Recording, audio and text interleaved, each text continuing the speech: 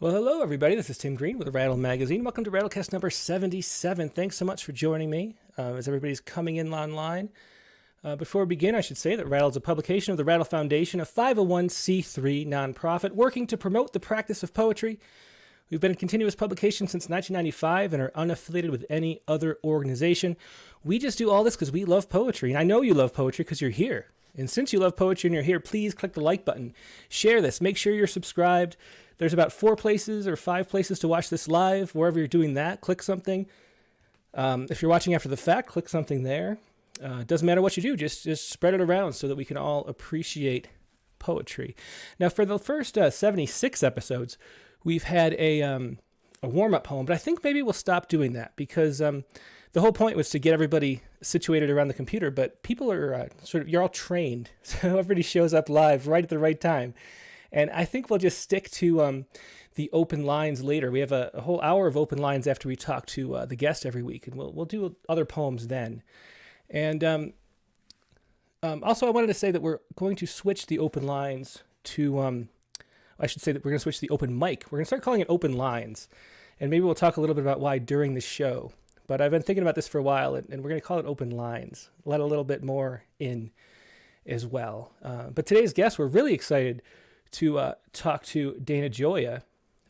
Dana is just one of my favorite patrons of poetry. He's been one of the first essays I ever read was Can Poetry Matter? Back when I was an undergraduate, not really interested in poetry at the University of Rochester. We read this essay, and it's shaped my thinking about poetry ever since for the last 25 years or however long that's been.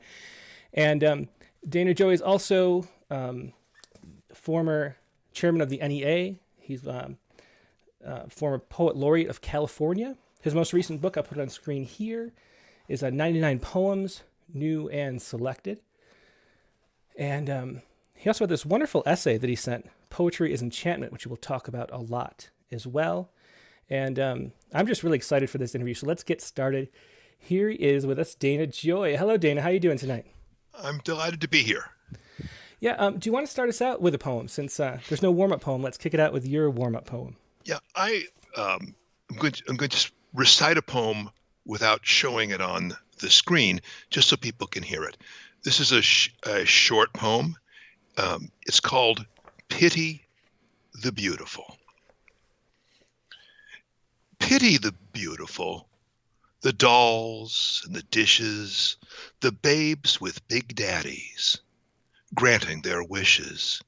Pity the pretty boys, the hunks and Apollos, the golden lads whom success always follows, the hotties, the knockouts, the 10s out of 10, the drop-dead gorgeous, the great leading men.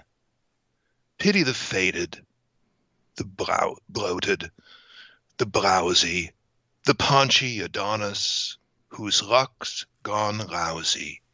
Pity the gods, no longer divine.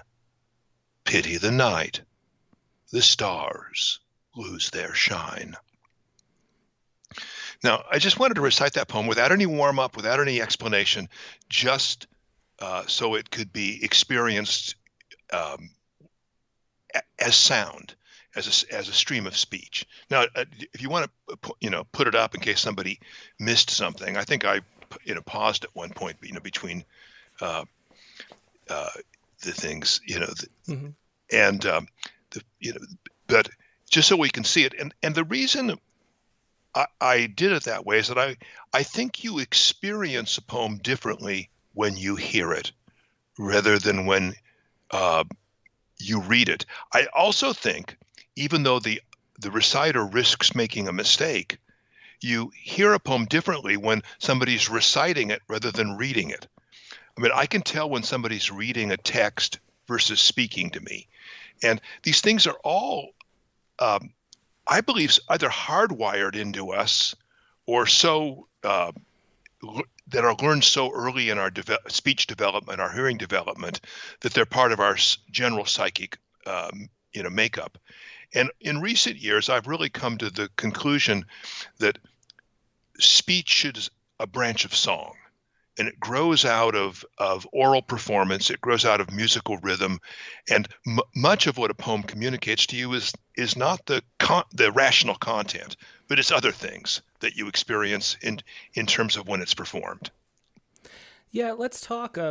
It's a perfect segue to the main topic that I want to talk about the most, because I just love this poetry is enchantment essay that you wrote. But let me say before we do that, though, that for the show, we're going to be not showing any of the poems on screen. So people can just listen to hear and enjoy and see how that goes. And let me know in the chat how you feel about hearing only. But that's always the thing that really fascinates me, is that the history of poetry and what it really means going back, which is what poetry as enchantment is really about. Do you want to talk a little bit about that, about how far back poetry goes as a human universal, as you call it? And Well, it's odd. I mean, you and I were, I presume, trained in literature, trained in poetry to a certain degree at various institutions by various teachers. But I believe the way poetry is taught, the way poetry has been institutionalized, disregards its ancient origins. Poetry is probably the most ancient art that human beings still practice. It goes back not to a time in ancient history, but before history, when people could only make art with their own bodies. And there was an art then, which is subsequently split into three different arts: poetry, singing, and dancing. But what there was a kind of rhythmic movement of the body and chanting of language. And poetry was and is a special kind of language. It's a special kind of language that's spoken, or the special kind of writing that rewards and requires a special sort of listening. And so you take speech, because writing didn't exist. Language was simply speech, and you find a way of making it artificial. I mean, let's just call, let's be frank about it. You find some way of adding artistry to it, artificiality to it, so that the people hear it immediately, not as ordinary speech, but as a special kind of speech. Now, originally, it seems, and we know this from anthropology, we know it from as far back as written history goes, it was associated with religious rite, with magic, with ritual. And people would, in a sense, dance and recite these poems. Now, luckily, modern anthropology came with their cameras and their recording equipment early enough in the 20th century where we could capture this before global culture took over everything. But among the Maori, among American Indian tribes, you see these things being performed. And there's the very famous story of the Homer scholars that ended up in Yugoslavia, discovering that there were still oral bards that recited epic poems, quasi-improvised. And so I think of this, that poetry as a almost unbroken continuity to our earliest human origins. And no matter how far the professors of Yale and Harvard take it from its origins, it always reasserts itself. I mean, the most interesting thing that's happened in American poetry during my lifetime was the fact that when I was at Harvard, it was assumed that poetry would never be popular. You would never hear formal poetry again. There was a dead historical style, that African Americans, were going to be cut off, from these Anglo-Saxon things such as form, and that the future of poetry was the perpetual avant-garde. Poetry would become ever more difficult and really the domain of only the highly educated and cultured people. Meanwhile, there was a guy named Kool Herc in the South Bronx mixing records, and he began to rap over it.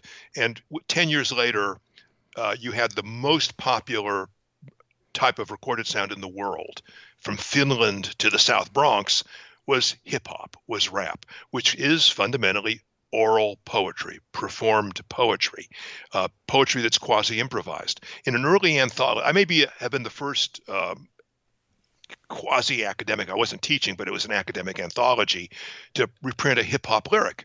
And I wrote the artist and I asked if they could reprint it. And they said, oh, great. And they said, we want to see a copy because we've never seen it written down. and that, I loved that. I loved knowing that Run DMC, who was this huge, I think maybe forgotten now, but they were huge then. Basically, they performed it. They had, they didn't have a written text which they read. I can go on, Tim. I'm giving you a break to actually say, stop, no. Dana, stop before it's too late. I was just sort of enthralled in what you were saying, because this is the subject that I find the most interesting of sort of all the topics and why I got into poetry in the first place. I think that it even goes, you mentioned it as being the first art, but I think it's even more than that, because I think, you mentioned it's the maybe the only human universal, or because every culture across the world, going back in time that we can find evidence for, has used poetry and has an oral tradition. And I think that it had a lot to do with the actual evolution of the human brain, I would say. I think that there's a reason why something becomes predominant everywhere. And it's because it works, because it has a fitness value. Yeah. And so if a tribe had poetry, that allowed them to survive, as opposed to a tribe that didn't. And maybe what wiped out the Neanderthals was poetry. We had the FOXP2 gene is over 100,000 years old, which was the grammar gene, so that you can tell that we had language that far back. And then the culture explosion was like 60,000 years ago. And then the Neanderthals disappeared after that.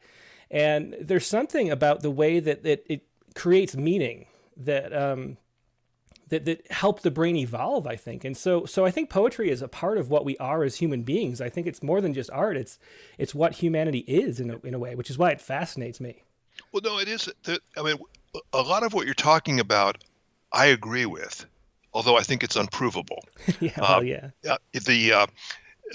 I think you've published Frederick Turner, have you? I think so. The name is familiar. Frederick Turner, 30 years ago, did research with German neuroscientists about meter. And it was interesting because it was really at the high point of deconstructionism and postmodernism. And what postmodernism fundamentally says is that there are no human universals, that the things that we think of as beautiful, the things that we think of norms, cultural norms, the techniques, the conventions of every art form are socially determined. So if you did that, you say, well, okay, take all the cultures in the world and take the predominant metrical line in their oral poetry. When they start getting going around the fire, what do they use? You'd expect a random curve, but what you see is something like boop. I mean, it's the steepest curve you've ever seen. It's not really a curve; it's a spike, and you say, well, why are they all between 3.4 and 3.6 seconds?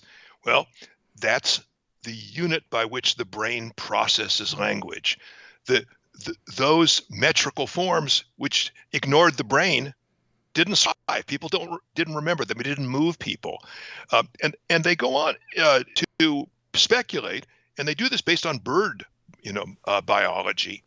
Birds which have longer songs have more mates. And and Frederick Turner believes that poetry was one of the ways in which the human race designed their own evolution. In a sense, they by natural selection and by artistry, they developed the human brain. There was a guy that died yesterday who's proved empirically. Now, nobody will believe this. I know no one will believe this, that human beings are getting smarter. The average IQ is going up. Now, obviously, this is probably a bad period in American history to say that, but it's empirically demonstrable that to a certain degree, humanity is co-evolving and planning its co-evolution. But anyway, what I believe, and I think what you're saying is that poetry responds to something hardwired in our brain. Those things which work for a reason. There's a reason why storytelling is important. And the whole postmodern phenomenon is, in a weird way, this denial of nature, a denial of those things which seem to be not only perennial, but actually inherent in our psyches. Because my artistic aesthetic is empirical. I like to do what works. I don't like to do what doesn't work. And it does seem to me that much of what works has been ignored in poetry. But the reassuring thing is that this whole revival of poetry that's happened in the last 30 years, at that point, about which time I published Can Poetry Matter, when it was a given that poetry was a dying art, and these things like this. And I speculated that maybe if we did things a little differently, we'd see a renaissance. And today, and this is not my opinion, this is data, poetry is the fastest growing art in the United States. The audience for poetry among younger people, 18 to 25, and pretty much 26 to 31, has doubled in the last 10 years. Every group of Americans are reading more poetry than they did 10 and 20 years ago. So now, why would that happen? I think it's because there's been a populist revival. The major trends in American poetry that have happened over the last 30 years have happened outside writing departments. Mm-hmm. Now, I'm not saying that writing programs are worthless or anything else, but I do think academia has kind of backed itself into a corner. It's locked into a kind of aging historical model, a kind of late modernist, postmodernist model that really longer has much to do with what's happening in the culture or what people actually respond to. And, so you have everything from hip hop to cowboy poetry, to new formalism, to slam poetry, to performance poetry, to radio shows on poetry. I think poetry on the radio is a much more powerful medium than people recognize. Sound is the native environment of the poem. They exist on pages too, but I think it's almost a secondary medium versus the performative medium. Now, one of the things I like about sound, I'll say one more thing, mm-hmm. is about 6-7 years ago, I was invited to give a reading at Cornell University. Wonderful place. I was able to see Nabokov's office. I was able to see Archie A.R. Ammon's office, which has been turned into a little kind of like reading room, a little office that nobody inhabits, full of books. And I had a huge audience. I mean, I didn't expect such a big audience at Cornell. And people had bought my book and they assigned it in classes. And when I looked out at the audience while I was reading, this is what I saw.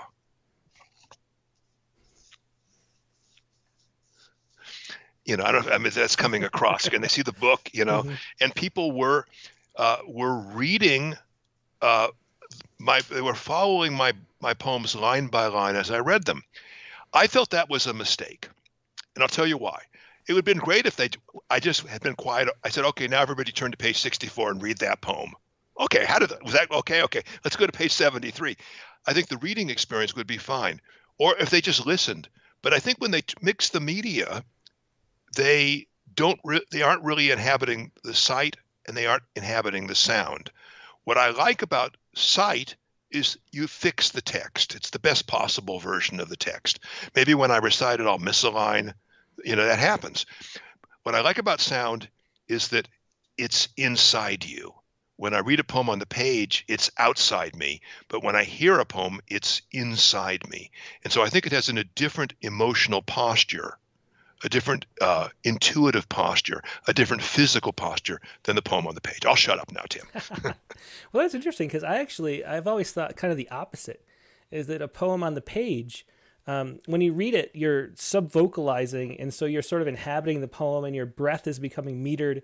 Not listening along, I'm talking about, but as opposed to hearing it feels more passive to me, which is interesting contrast. There's so much I want to talk about, but if we don't share a lot of poems, people are going to get upset. So let's do a couple more poems, and we'll put a pin there in that conversation. Okay, well, this is. Shall I read the poem that you published? Yeah, that'd be great. Let's do that. This is a longish poem. Now, it's not in meter. But it's in what T.S. Eliot would call ghost of a meter.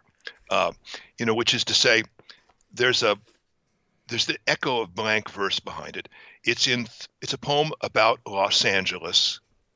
And we should talk about Los Angeles, which I think you've disowned, Well, but the that's thing is, okay. I'm from I'm just teasing you. I'm from Western New York, and I always felt like I didn't fit in Los Angeles, and I got as far away as I could while staying within Los Angeles area. Yeah, that's okay. I'm just teasing you. But I'm a native Angelino, and I was raised in Hawthorne, kind of a crummy neighborhood in LA, and I love LA. And LA drives me crazy. I think that's the only sane response you have is that is a completely divided thing. So I've written 3 poems about LA. One of them very critical, one of them kind of in between, and this is a poem in praise of Los Angeles. And I'd wanted to write it for years and years, but I couldn't find the right way of praising Los Angeles. And then several years ago, I was actually I needed a place to stay. I was teaching at USC. I didn't have a place to stay. And so I moved in with this composer, Morton Laureate, who had a little storybook cottage in the Hollywood Hills. And this poem all takes place as if you're in the Hollywood Hills at night and you're looking at Los Angeles, which has now simply become all of the traffic and all of the street lights. If you think of standing by the Hollywood sign, that's more or less where I was standing. And it's in 3 parts. First, and once again, it all takes place in the mind of a single person from a single perspective looking at Los Angeles. Psalm of the Heights. You don't fall in love with Los Angeles until you've seen it from a distance after dark. Up in the heights of the Hollywood Hills, you can mute the sounds and find perspective. The pulsing anger of the traffic dissipates, and our swank, unmanageable metropolis dissolves with all its signage and its sewage until only the radiance remains. That's when the city of angels appears, silent and weightless as a dancer's dream. The boulevards unfold in brilliant lines. The freeways flow like shining rivers. The moving lights stretch into vast and secret shapes, invisible at street level. At the horizon, the city rises into sky, our demi-galaxy, brighter than the zodiac. Part 2. Surely our destinies are written in this zodiac, whose courses and conjunctions govern us. Look down and name our starry constellations: Wilshire, Olympic, Santa Monica. In speeding comets or sleek thunderbirds, we traveled the 12 houses of the heavens, ascending Crenshaw, Sunset, or Imperial, locked in our private worlds of lust or laughter. Who will cast the charts of our radiant sorrow, or trace the secret transits of our joy? The traffic shimmers in its fixed trajectories, dense and indifferent as nebulae. Though you resist its gaudy spectacle, you can't escape the city's sortilege. 3. Move away, if you wish, to the white Sierras, or huddle in the smoky canyons of Manhattan. You'll miss the juvenescent rapture of LA, where ecstasy cohabits with despair, lascivious and fitful as a pair of lovers. Let someone else play grown-up. Here the soul sings like a car radio, and no one asks your age, because we're all immortal. Inhale the spices in the midnight air, drifting from Thai Town and Little Armenia. Here on the hilltop, the city whispers to you, come down and play in the traffic. Merge into the moving lights, our myriad. the luminous multitudes that surround you join their fiery orbit. Shine with us tonight. Where else can you become a star? And that was Dana Gioia reading Psalm of the Heights from the current issue of Rattle number 70. And that was the one poem we'll show on the screen, so you can compare that to what everybody, the experience of that to just Out Loud Alone. It'll be interesting, and I'm curious to hear your feedback about the difference. It is, it takes me back, like, just listening to where I fell in love with poetry, which was, like, I mentioned reading Can Poetry Matter. I was at the University of Rochester, and I would go when the poets came, and I would literally kind of like half sleep in the back of the library listening.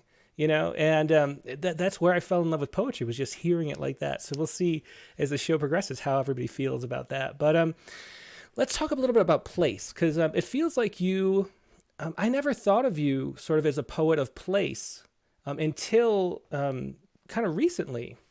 You started writing more, it seems, about California, and maybe since you became Poet Laureate of California. Did that have anything to do with... Well, a little bit. I think,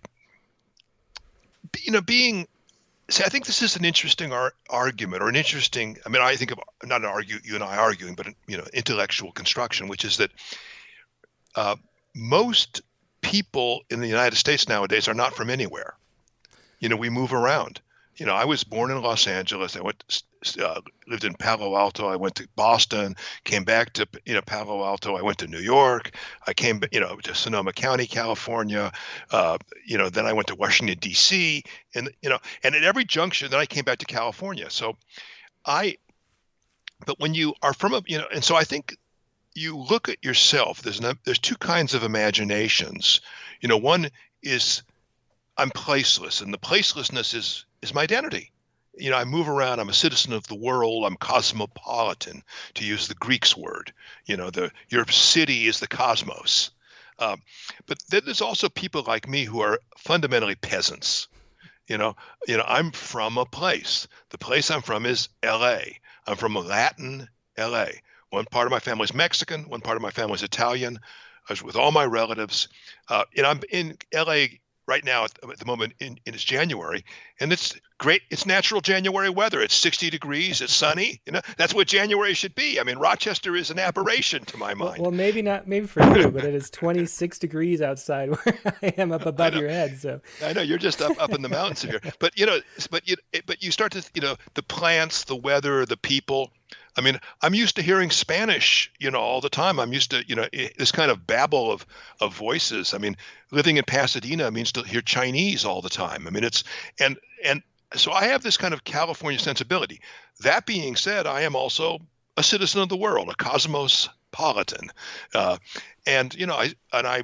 sense of poetry is very European, but I do think it helps for some poets to believe, as it were, to know that life actually happens in a real place, in real time. Life isn't generic. Physical experience isn't generic. It comes out of your physical existence in a real place. Now, that can be a physical existence full of discontinuity. In my case, it's I go other places, I come back. I go other places, I come back. Like a bad check, as my parents would say. And so I recognized, and I don't think I recognized this fully, and I never wrote about California until I moved away. And suddenly I began to see, because I lived in New York for 20 years. I began to see that how different experience is depending on where you're having it. And so I believe, and some, may differ, is that Los Angeles is one of the great cities of the world. It's actually on the very cutting edge of culture. It's been that way for, probably the better part of a century, as we moved to movies, to television, to pop music, and as it were, that where high art and popular art, changed. And so there are people like Ray Bradbury, Raymond Chandler, could only have happened in Los Angeles, because that's where the edges between high culture and popular culture blurred. And so and I think that that's true in my poetry. I mean, I was told that no self-respecting intellectual poet could write a ballad. I mean, that was infra dignitatem, beneath your dignity, as they would say at Oxford.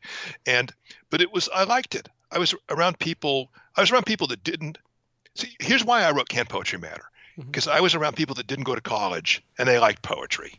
They would recite poems. I would come in, my mother would come in and say, it was many and many a year ago in a kingdom by the sea. And she just knew all these poems by heart. So when I heard that poetry was not popular, people didn't like poetry, it never made sense to me. And so I was much more interested in why do these people think that other people don't like poetry? Well, part of it is they think they're so much smarter than the other people. And part of it is these people don't like the poetry that these people like. And so, I had to kind of reconcile that. And Can Poetry Matter was one of the reconciliations. Now, we've been talking about this essay, poetry as enchantment. I think it'll come up backwards on the screen if I show it. No, that's right. But this was a lecture I gave in Beijing. I was asked to give the keynote lecture in this gigantic thing in Beijing. I'd never been to China before. And so I said, well, let me talk about fundamental issues. What is poetry? Because I realized two things. I had a very good literary education at Stanford and Harvard, but when I left that, I could not have answered two questions. Even I wanted to be a poet, but I couldn't have answered these two questions when I left my graduate study. One, what is poetry? And two, why does humanity need poetry? Nobody had ever talked about the human purposes of poetry. And so suddenly I got a day job. I'm working 10 hours a day. I'm writing by myself at night. I'm drawn to poetry. You know how you can be drawn to another person. You can fall in love with somebody, but you don't understand them. You don't know what you're doing with them, perhaps even. And I was drawn to poetry, and I'm trying to write better and better. And I had to figure out, well, what is poetry? What is not a poem, and what is a poem? And why the hell would anybody need this poem? And so that's what I ultimately wrote about poetry as enchantment. I was trying to answer those questions, and one of the things that was key to me was to go back and read anthropology and to read the ancient historical accounts, mostly in China and in Greece and in Rome, about poetry. And one of the things I liked was that the Latin word for poetry is Carmen, like the name Carmen. But Carmen meant four things. Carmen meant a poem, a song, a magic spell, and a prophecy. And I said, that's it. And I'd always felt that poetry and song were the same art, two sides of the same art. And suddenly you understand is that what a poem is an enchantment, a magic spell that brings the audience into a kind of attention and a kind of openness they don't allow themselves to have in ordinary life. And in that moment of enchantment, a transaction can happen, you can say between the poet and the audience, because that's what was true in oral culture. The poet was right in front of you, but you can say between the poem and the audience, a kind of transaction that would not happen elsewhere. And I mean, it's sort of the way about if you walk into a great church, like Chartres Cathedral or the cathedral at Cologne, you can imagine in the Middle Ages somebody coming in there and they come into a sacred space and they understand something can happen here that doesn't happen outside the door. That's how a poem operates. And so, I, in my own poetry, have tried to understand and appreciate those enchantments. What are they? Well, we all know them because they're encoded in our culture. They're hardwired in our brain. And we should write with them rather than against them. Yeah, Meter, rhyme, storytelling, kind of dramatic voices, things like this. Yeah, the question of use in poetry, like what is the use of poetry, is something that's always been fascinating. And I've asked a lot of poets in interviews about it over these, mostly the print interviews, and I've kind of dropped away from even asking that question because I get the sense people don't even like to think about it, which is a very strange thing to me. But I feel like the situation with poetry is that I think it originally had many uses. This is sort of my model for what's going on with poetry in the world. I'm curious what you think about this. So I think that originally, because we had no technology and poetry was like the original technology, or one of a few, we had like hand axes and poetry. So it had many uses. It had storytelling, it had memory, it was a mnemonic device in a lot of ways. So we developed all these rhyme and meter. And it was a meaning-making exercise where we learned how to make meaning of our lives and made our lives more fulfilled and cohesive. And I feel like what's gone on is that starting with the printing press and then television and the internet is things have taken away those other meanings of poetry or other uses of poetry. And what's left is the meaning use. And so so it feels to me like the reason why poetry is expanding now is because there's sort of a meaning crisis going on. And so it sort of faded away. I don't blame it as much on the academics in the new criticism tradition. I think they were sort of filling a niche, as poetry sort of lost its purpose, as technology was replacing those uses for it. And literacy was increasing, so people could just read prose and didn't have to memorize as much. I think criticism maybe filled in the gaps there. And so what we're left is kind of a poetry where, because in the Greek originally poetry means, in the Latin it was Carmen, but in the Greek it was poesia, which is to make. It was a creation, was the idea of that. And to me that feels like the fundamental thing. I think a poet makes like a vessel for like an emotion or a thought or an idea. And I think that's why it has value still now. Like, what do you think of that? I actually agree with pretty much everything you said. I would qualify this as I don't blame academics. Mm-hmm. What my criticism is that what they're offering is not the solution now. Yeah. It was probably a very good solution in 1940, but in 2020, they're not coming up with the solutions. And they do valuable, wonderful things, and God bless them, everyone. But I think what I would do is I'd take exactly what you said, and I would change it a little differently. What poetry is a language. It's a language in which you can say anything and everything if you make it interesting enough.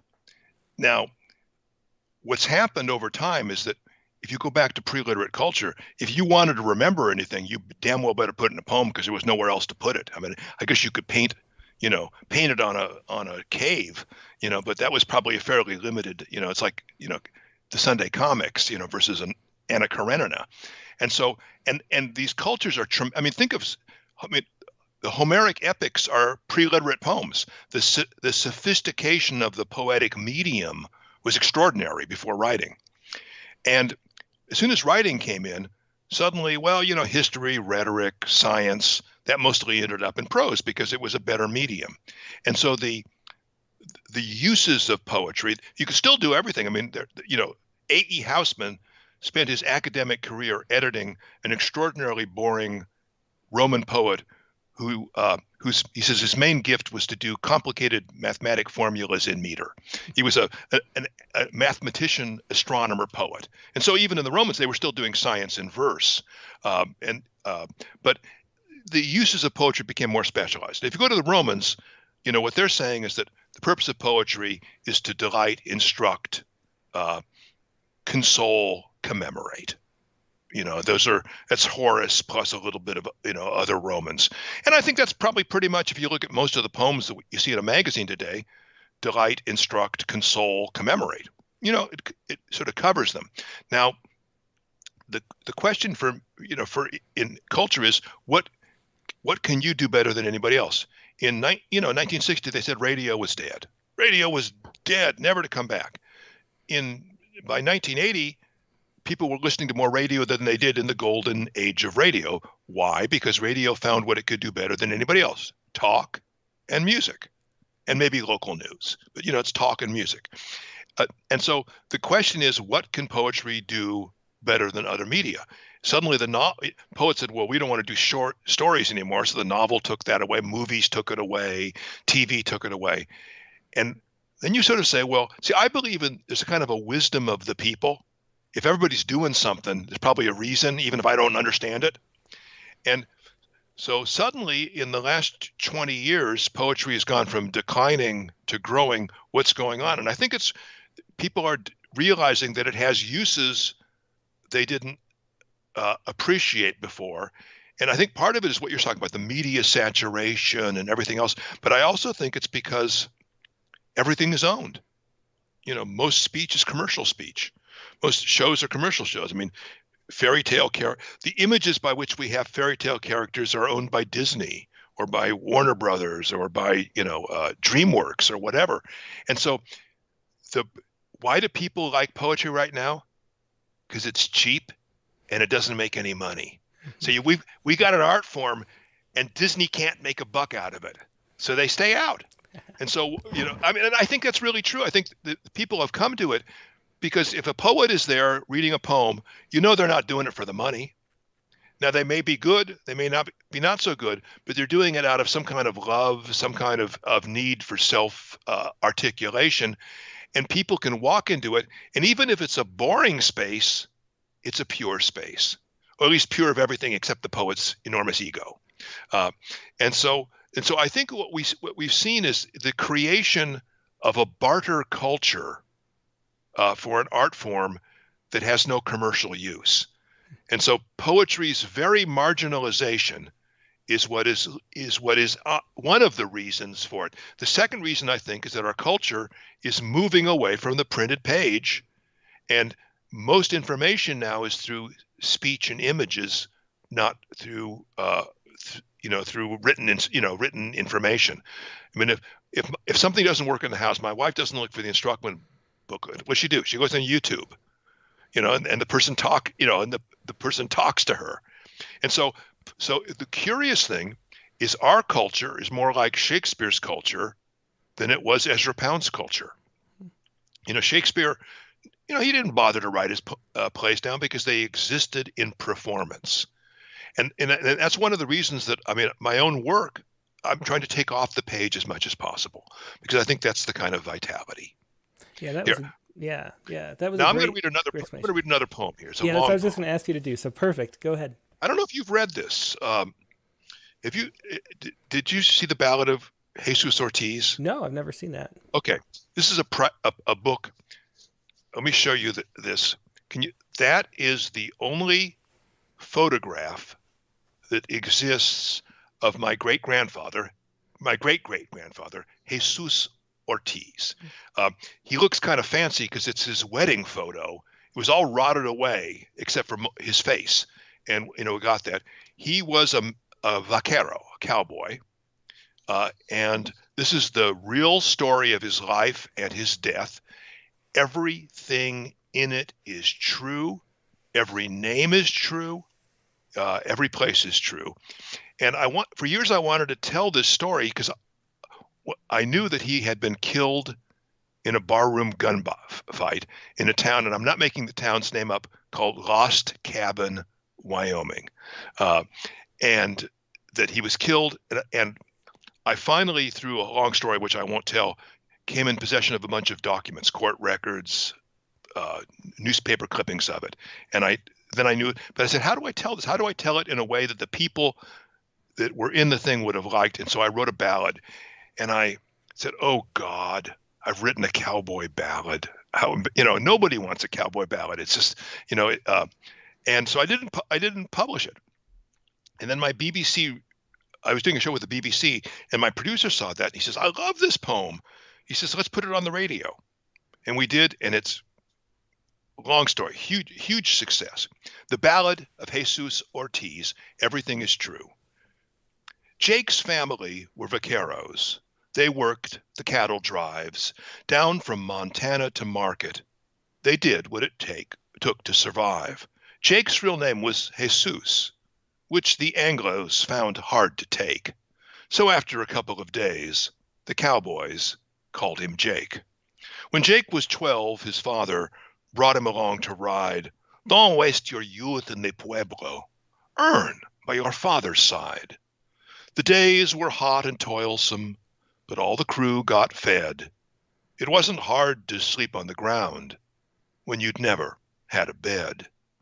3,000 head of cattle grazing the prairie grass, 3,000 head of cattle pushed through each mountain pass, 3,000 head of cattle fording the muddy streams and then 3,000 phantoms bellowing in your dreams.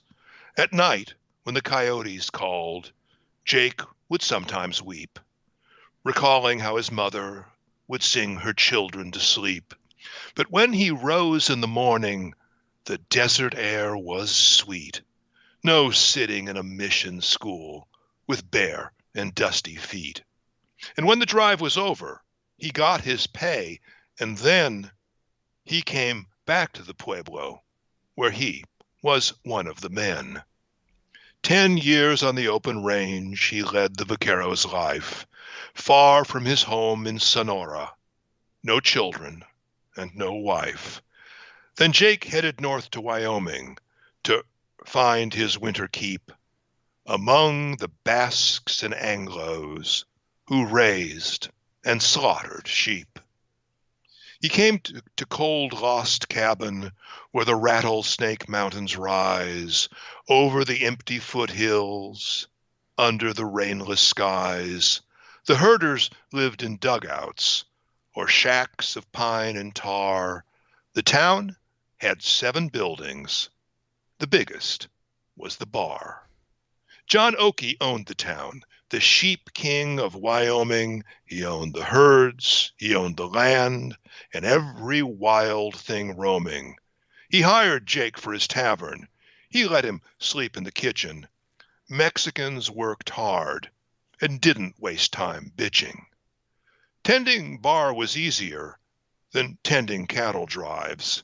Jake poured the drinks while the men complained about their lives. Jake never asked them questions. He knew what he needed to know. Men working in Lost Cabin had nowhere else to go. Jake married a sheep herder's daughter, half Indian, half white. They had 2 sons, and finally, things in their life were right. He told his boys his adventures as a cowboy riding the plain. "Papa," they cried, "will you take us when you ride out again?" One night he had an argument with a herder named Bill Howard, a deserter from the border war, a drunkard and a coward. "Bring over that bottle of whiskey. If you don't grab it, I will. Oakey said to cut you off until you pay your bill." Bill Howard slammed his fist down.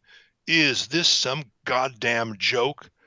A piss-poor Mexican peon telling me I'm broke?"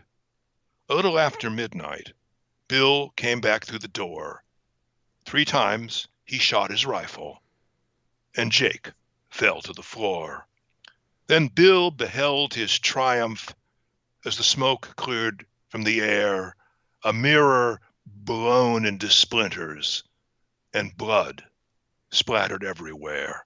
A sudden, brutal outburst no motive could explain. One poor man killing another, without glory, without gain.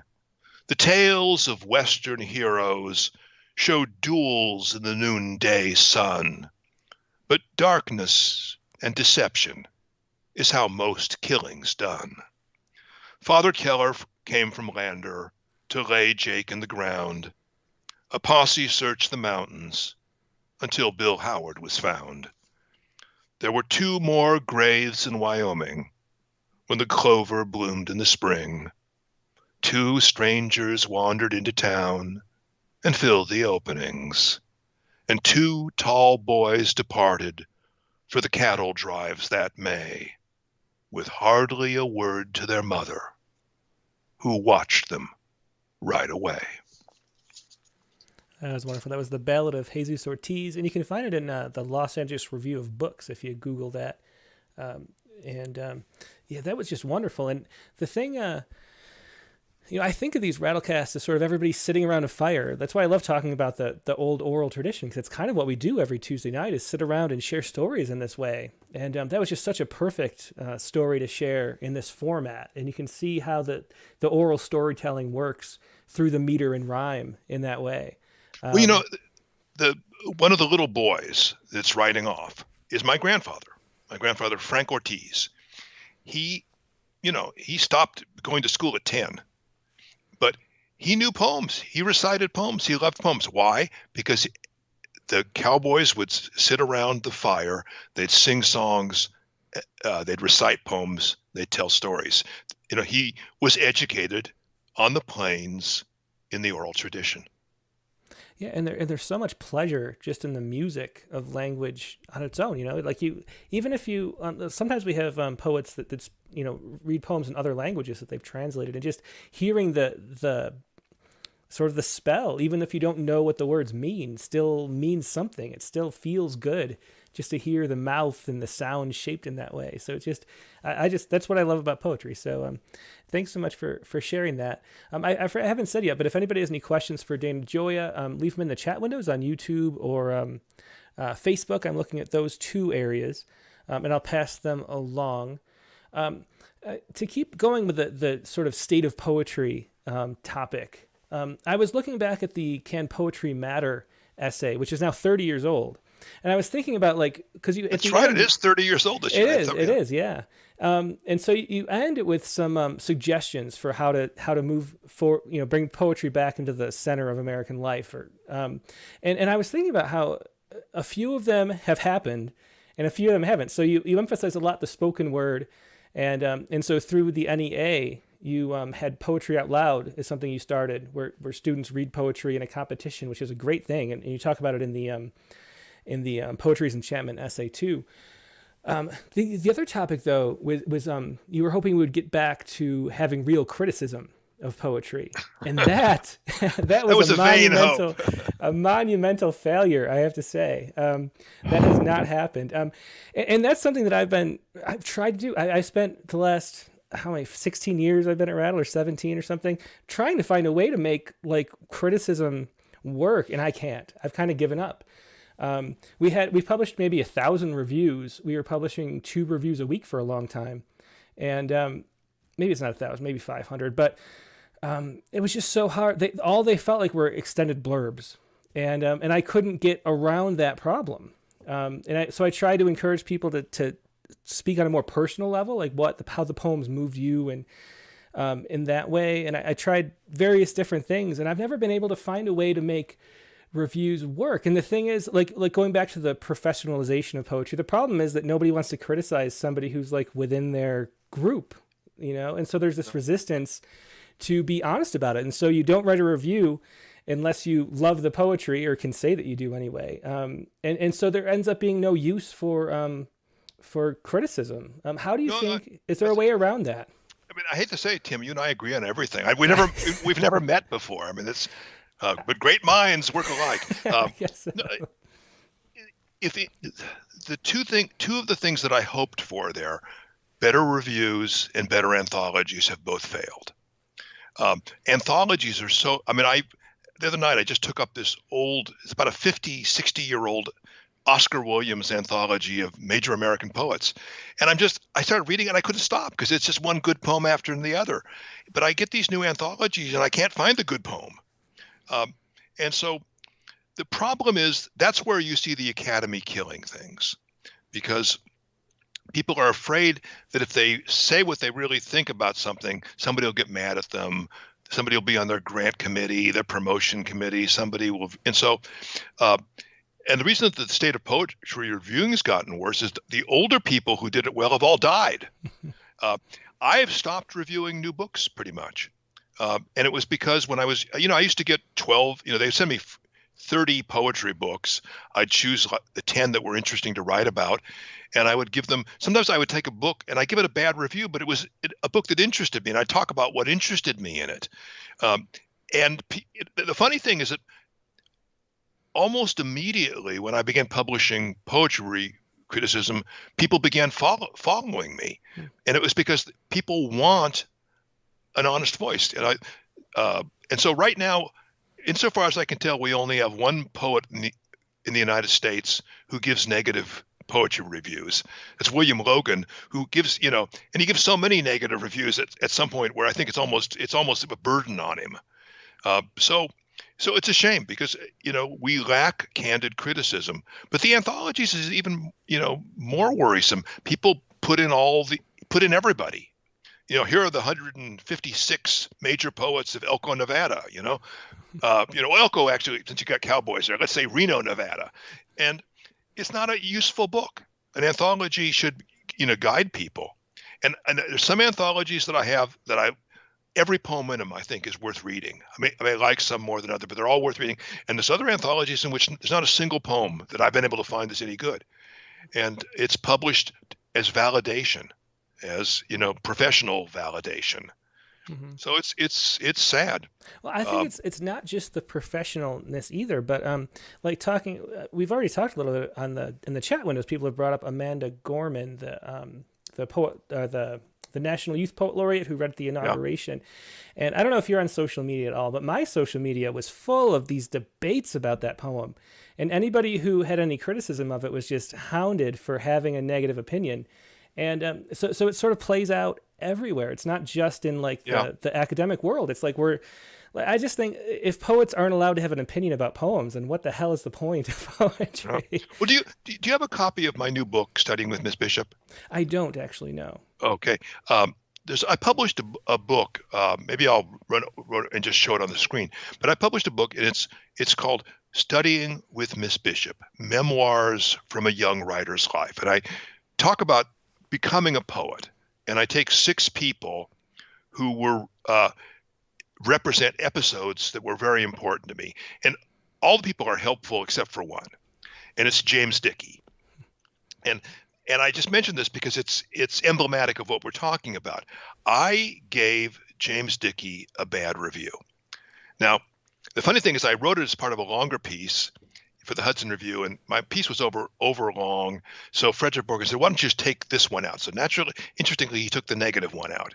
And then Joyce Carol Oates and Ray Smith had kept asking me to give, poems for Ontario, reviews for Ontario Review. So I sent it to them, and they sent it back immediately saying, we have no room for reviews. And this is from somebody who had solicited, several times. So they clearly didn't want to do it. And I discovered all these places that had asked me for reviews did not want to publish a negative review of a truly monumentally bad book by a super famous poet.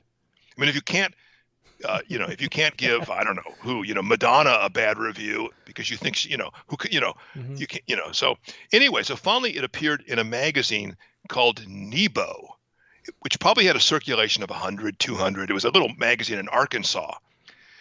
And so, needless to say, about 7 or 8 years later, I found myself in a room with a drunken James Dickey who assaulted me because he had read this review, and it was pathetic. I mean, because he kept, attacking me, and I kept trying to disengage him, and he would follow me around the room screaming at me.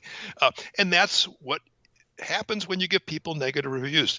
They get mad at you. They take revenge. I've discovered there's a couple of very famous poets that I was reviewing bunches of books, and I would take their book and I would sort of say, the book's not very good, but let me talk about it in the best possible light. I gave them a mixed review. Mm-hmm. They hate me. They consider that tantamount to a hatchet job. So, it's thankless. And I've given people I know, people I like, bad reviews, because if I'm going to review the book, I have to be honest. Otherwise I feel I've compromised myself as a critic. But, it gets to a point where it's like, it's not worth it. I'd rather, at this point in my career, because I'm an old man, I'm just going to write long, interesting pieces about stuff. And I can, say good and bad things in the context of that. But I'm an essayist now. Mm-hmm. Yeah, but it's a great lack for the culture. Yeah, and I just don't know how to fix it. I mean, I think as poets, we need to develop thicker skin, but I don't know how to make that happen. I have for every story you have, I have a similar one too. Yeah. I mean, for a while I tried to write little reviews on Goodreads because I had so many books. I thought I'd write reviews and just be honest for a paragraph, and wow, that did not go well. Let's it's important. When early in my career, I wrote very long, careful, dissenting opinions on some major writers, and it had a tangible impact, but it's you have to have a thick skin, and you have to be willing to have people hate you for doing an honest job. Mm-hmm. Yeah, well, that's a good lesson for everybody. Let's do another poem, and then I'll get to some questions from the audience because there's a bunch here and we haven't gotten to any yet. Okay, here's a poem. I thought it'd be fun to read a poem I just never read. It's very short. It's called, this is once again a song-like poem. And it's a poem which I think doesn't make any sense. But it makes sense if you hear it. So it's music. It makes the sense of a song. It's called The Heart of the Matter. The heart of the matter, the ghost of a chance, a tremor, a fever, an ache in the chest, the moth and the candle beginning their dance, a cool white sheet on which nothing will rest. Come, sit beside me. I've waited alone. What you need to confess, I already know. The scent of your shame is a heavy cologne that lingers for hours after you go. The dregs of the bottle, the end of the line, the laggard, the loser, the last one to know, the unfinished book, the dead-end sign, and last year's garden buried in snow. And so, it's just, and it's a poem, it has to rhyme. If you didn't rhyme, it wouldn't work, but it's really about trying to set, links between those things. Anyway, you asked for another poem, and that was it. Another excellent poem. On the topic of criticism, there are a lot of interesting comments. People, Lester Graves Lennon is here. He says, let's not forget the pushback Wanda Coleman got for her negative, honest review of Maya Angelou. A lot of people are agreeing with what we do, so we have to, let's make a movement to actually express our opinions openly. Well, the only person I saw make, really public negative comments was Ishmael Reed. And Reed was very, I thought he had very good points, but I guess he took a lot of heat for that too. Yeah, so. And I guess I should say that there's sort of, I always feel like there's an objective aspect of poetry and then a subjective too, and we sort of mix those and get them confused, which is maybe, so if a poem isn't working for me, that doesn't mean it won't work for someone else. So there's that angle of it too. But let's go to some questions from the audience. So there's some interesting ones that I wouldn't have thought of. No, I can't see them, so that's okay. No, yeah, I'm just going to pass them along. Perfect. So yeah, so where was this? Gail Hemman asked if you could speak a little about ghost meter, which is not a phrase I've heard of. So I'm curious to see what is ghost meter. This is a term that T.S. Eliot used, which is his Timothy Steele. If anybody who lives in L.A. is retired, he used to teach at Cal State Los Angeles. He's written a really interesting book about this. But think of meter in this way. You've got strict meter. Shall I compare thee to a summer's day? Thou art more lovely and more temperate. You've got free verse. But in between, there is a thing that in the early 20th century they called vers libre. Now, vers libre translates to free verse, but it actually comes out of a European tradition in Italian and French. I think it also exists in Spanish, but I'm not knowledgeable about that, in which they would vary the length of the line. It was kind of like it was metrical, but it would sort of play around with it. Your length was free. And in the early 20th century in English, a couple of poets, T.S. Eliot being the most famous, began to write a kind of free verse that was just one step away from blank verse. So if you think about this, you've got on this side metrical verse, this side free verse, and it's how close can you get it? So it's a game because you don't want it to sound like bad meter, but you also want a beat. So I've been fascinated with this for years because there's been poems I've working on and they don't work as meter and they don't work as free verse. But if you can get that kind of the ghost of a rhythm underneath it, then it gives you a chance to write free verse with a beat. And that's what the Psalm of the Heights was written in a ghost of a meter. Yeah. Okay. Blank verse, iambic pentameter is underneath those lines, even though very few of them are in that. Yeah. So I love ghost meter and slant rhyme too, and sort of just edging on it, but then not doing it all the way. The other thing I really like, and people should look at this, is stress meter. Don't count syllables, count stresses, strong stresses. That's how pop songs are written. That's how ballads are written. That's how blues are written. So why not write quote unquote art poetry that way. Mm-hmm. But suddenly you do that, you can get a good beat going without locking yourself into a syllable count.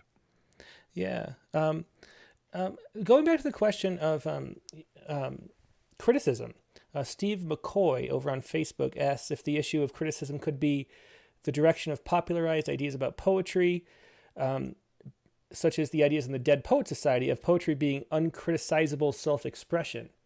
And that touches on something I wanted to ask about too.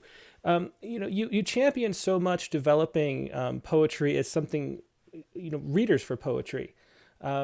And having students learn it the right way so they can recite it and love it and sort of fall in love with it first.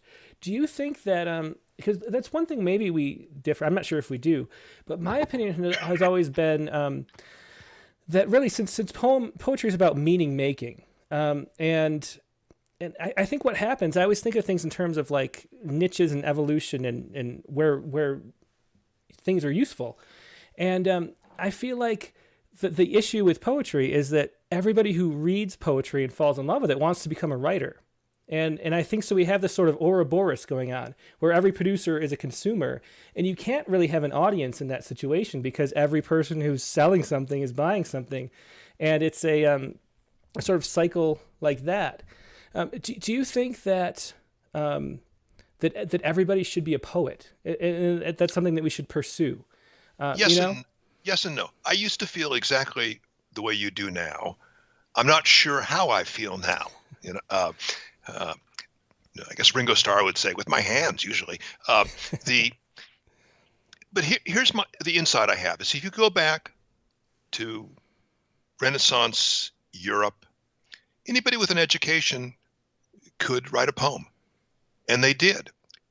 If you look at in 19th century America, you look at these commonplace books, people would come into each other's homes and they would write little verses that they wrote. Now you can say that this is essentially a recipe for bad poetry, but if you make a bad table, you'll appreciate fine furniture more because you understand what's going on. So I think that to a certain degree, a healthy culture has people participate in the arts. So, everybody should sing. Everybody should be able to sketch a little bit. Everybody should be able to write a poem. Everybody should be able to tell a story, not necessarily write a novel, but, tell a story and learn something about the artistry of those things. And it bespeaks a high level of culture. The problem is that when people don't recognize the difference between the degrees of participation in art.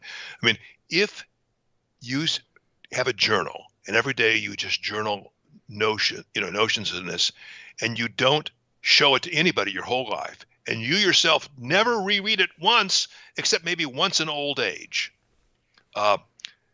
is it worthwhile? I'd say yeah, because it probably made you more intensely alert to your own existence. And that one time that you read it, you'll say, oh, wow, I'd forgotten all these things about myself. Mm-hmm. And then my mother used to write, and I actually have a book here somewhere.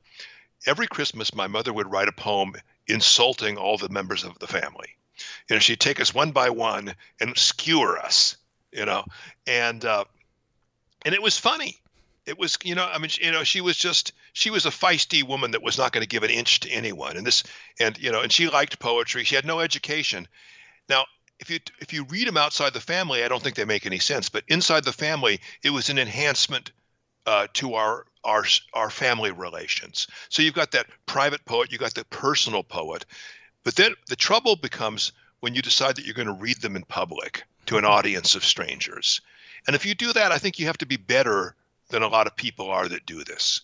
You have to take into account that not everything that's meaningful to you about yourself, or not everything that's meaningful when your spouse does it, or your sister or your best friend does it, is meaningful to a stranger. And you have to take, in the same way, if you want to then take that poem and print it on a page and publish it to be read by strangers, you've got to be even better, because you have to know exactly how to transcribe your voice onto a page.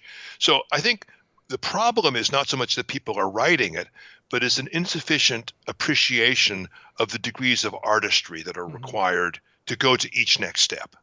Yeah, I always use the metaphor. I'm a sports kind of guy. I played baseball and I played tennis and softball now. And I would just love poetry to be a lot more like sports. If you go to a stadium, if you look at a baseball stadium, there's 40,000 people there. Most of them played baseball when they were young. And they, weren't as talented maybe, or just moved on to other things. Yeah. And there's this whole, difficulty climbing up and trying to be more and more professional. I've flamed out in college. But you have so much more of an appreciation for baseball and for the spin they're putting on the ball, and for how hard it is what they're doing if you've played it yourself. And so there's this vibrant community, and that's where the vibrance of sports fandom comes from, is from people playing it themselves and then being amazed at what these professional athletes can do. And I think maybe the difference is that there's less, it's more qualitative. So there's not a quantitative, like if I try to hit against, I don't know who's a good pitcher right now, but he would strike me out immediately. And it would be like pathetic. And I know that, and I can't not know that. And maybe that's the issue, is that there's just no way to measure. And maybe that's the reason why we need criticism too, or I don't know. Yeah, well, it is. But I mean, if you think about this, if you're in a culture where you've got lots and lots of bad poetry being published and read aloud and everything else, somebody looks at that and says, I can do that. And that's good in some ways because it invites them in, but it sets their standards low. See, I've tried not to teach creative writing, not because I don't think you can teach creative writing, not because I don't think, that there's some value, but I worry about myself as a writer if I start comparing my work to students' work. I should be comparing my work to Milton, to Rilke, to Yeats, and those are models that will rise. And I think there's a kind of complacency you get if you're surrounded by bad art. And I think we have that in our culture. But let me say something, because I really believe this. We're in a good time to be a poet.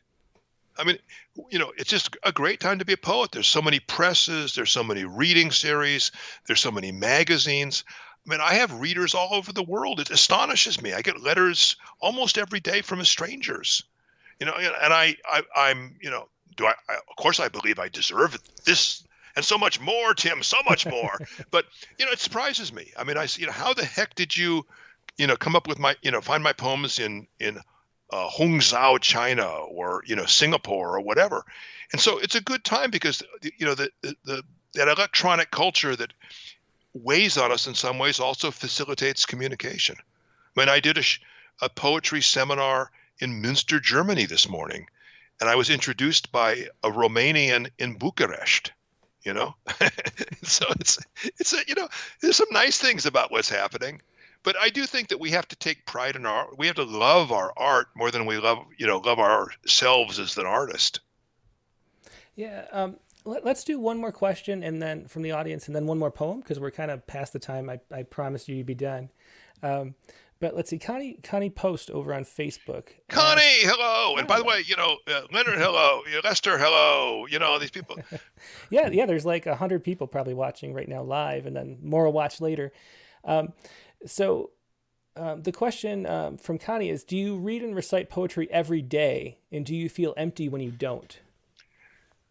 I hate to say it, but yeah, I probably do. I know lots of poems by heart, and I love to say them to just in the middle of I'll go outside clearing brush, I'll be pruning trees, I'll be taking a walk, and they give me a jolt of pleasure and illumination, or something will happen, and I'm reminded of them, and so they come to mind. So the answer is yeah. I don't probably read as much poetry as I did when I was younger. I mean, the other night I got this Oscar Williams anthology, and I spent an hour, and I just couldn't believe how I was just reading through Edwin Arlington Robinson, then I went into Emily Dickinson, and it was just like eating a box of candy. But I think a part of the problem is I get lots of books that are not so good, in the mail or whatever. Yeah. I want to praise Connie Post as long as it's in here. I met Connie when I was California Poet Laureate, and she exemplifies these poets in a community that make opportunities for other poets to read, that support things. And they're really if we could, if Connie, I hope this metaphor doesn't insult you. The foot soldiers of the art. And we're so lucky in California, and I think all over the country, to have these people that have taken responsibility for organizing things at a community level. Yeah, I think so many people watching now do that, which is just an amazing thing. So yeah, thank you to everybody out there. And who would have thought you could walk across the continental United States and probably attend a poetry group or a poetry reading every night? Yeah, you definitely could. I used to do a thing on Twitter where if we had a subscriber from a town that we never had a subscriber before, I would tweet it. And it became so rare that I kind of forgot to do it. Like every place has poets. It's just amazing. Yeah. Let me ask, I know I said last question, but one more quick one. Wendy Vitalock is going to be the guest in a couple weeks or next month. Wendy says she enjoyed studying with Miss Bishop, the book, which I meant to talk about more, but there's time is time. But can you talk about the dangers of the writing workshop paradigm? Something we kind of talked about a little bit, but... Well, I've had a conversation 200 times, 1,000 times, maybe. I don't know how many times, beyond numbering. And where somebody will, there'll be a bright student who wants to be a poet, and they'll say, well, I'm graduating, so I'm going to apply to a writing workshop. I'm going to apply for an MFA program. And I go, don't do it. Now, do it maybe in 5 years, but you need to go off.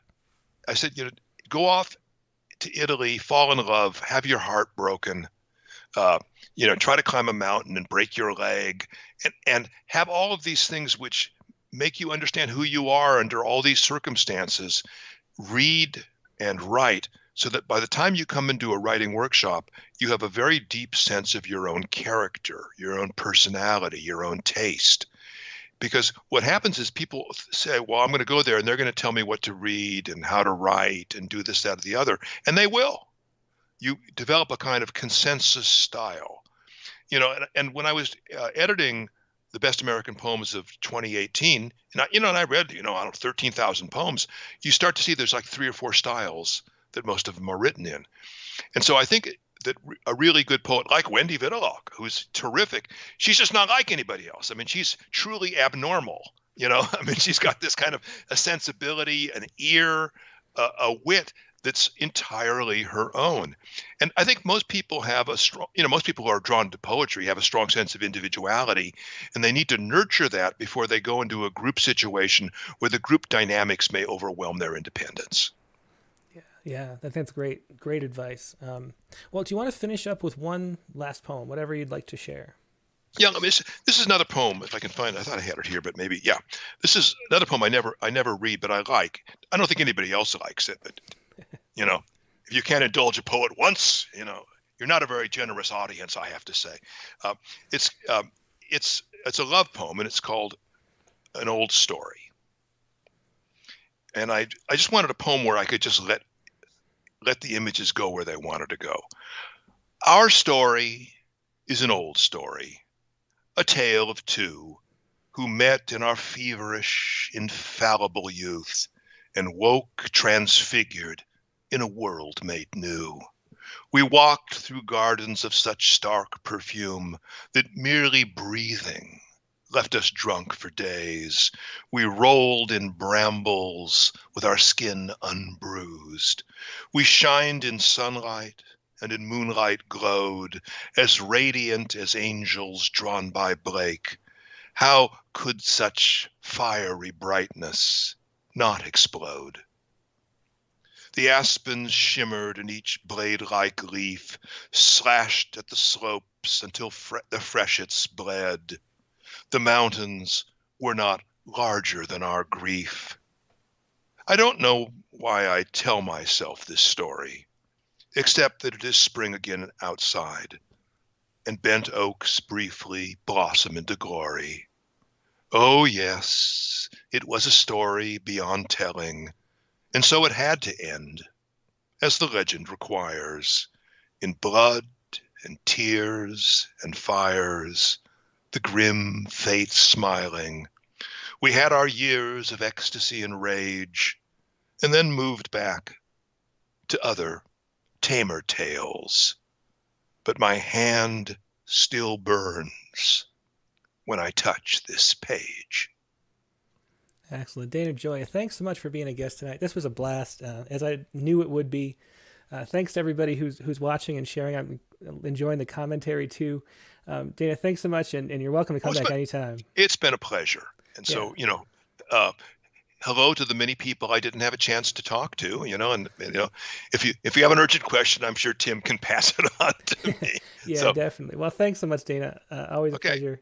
Talk to you soon. Good night. Good night. That was Dana Gioia. As we mentioned, his most recent book of poems is right here. This is, let me drop that. Dana Gioia, new and select, 99 poems, new and selected. You can find more of Dana Gioia at his website, Dana Gioia, just like it's spelled on the screen, DANAGIOIA.com. Also, try to read this essay. There's this little pamphlet that was published by Wise Blood Books at wisebloodbooks.com, where this essay, Poetry is Encampment, appears. I'm not sure if it's online somewhere. You can find it too, but it's a wonderful reading for today. I really enjoyed that, and enjoyed a whole bunch of these poems in 99 Poems, New and Selected, which came out a few years ago from Grey Wolf Press. It's Dana Gioia on the back. And once again, find him at danagioia.com. Now, we're going to take a little brief intermission, maybe a minute. We'll do the open lines. How the open lines work, of course, let me put this on screen for everybody. All you have to do is first email me if it's your own poem to openmic@rattle.com. Email me the poem you'd like to share, and then we can show it on screen as you read. The prompt for this week was to write an alphabet poem. That's a type of acrostic poem in which the first letter of each line spells out the alphabet. If you're up for more of a challenge, write a double acrostic alphabet poem where the last letter of each line also spells out the alphabet in reverse order like a double acrostic. So if you did that, please send it to openmic@rattle.com right now, and then give me a call, 818-850-7727. Let it ring a couple times and hang up. Or send me a chat message over Skype to Rattle Poetry, all one word. Just say hi there, and either way, I'll call you back when the time is right. And I'd like to open this up, like I was saying, to more of an open lines than an open mic. If you'd like to share anything, I think it'd be great reading both of Dana's two essays again. They're just so seminal. Poetry is Encampment and Can Poetry Matter? One of the things he wants poets to do more of, and I agree thinking about it, is that we should read poems that we love by other people. So if you would like to call in just to read a poem that you love, if you get a new book and you find something you love any week and would like to just read it, feel free to call up and just read that. That would be wonderful. And it would advertise books for poets and share things that we love, and that would be great. So please do that. And I'm going to take a quick break. I'll put up the little view on the screen of next week's guest. And next week's guest is going to be Russell Brakefield. He has a book, Field Recordings. I really don't know much about Russell. We published a poem of his on Poets Respond maybe 2 months ago. And I just saw this book, which seemed really interesting. He appeared on Poets Respond Live and seemed like a cool guy who would make a good guest. He was very fun and comfortable on camera. And Field Recording sounds really interesting. This is a book about the Michigan music scene and the history of that, which is something I know nothing about, which sounds fascinating. So that's Field Recordings next week, Rattlecast number 78 with Russell Brakefield, Tuesday, February 2nd. And looking forward to that. And I'm going to stand up and stretch my legs, refresh your drink if you have to. I'll be back in like 30 seconds. Okay.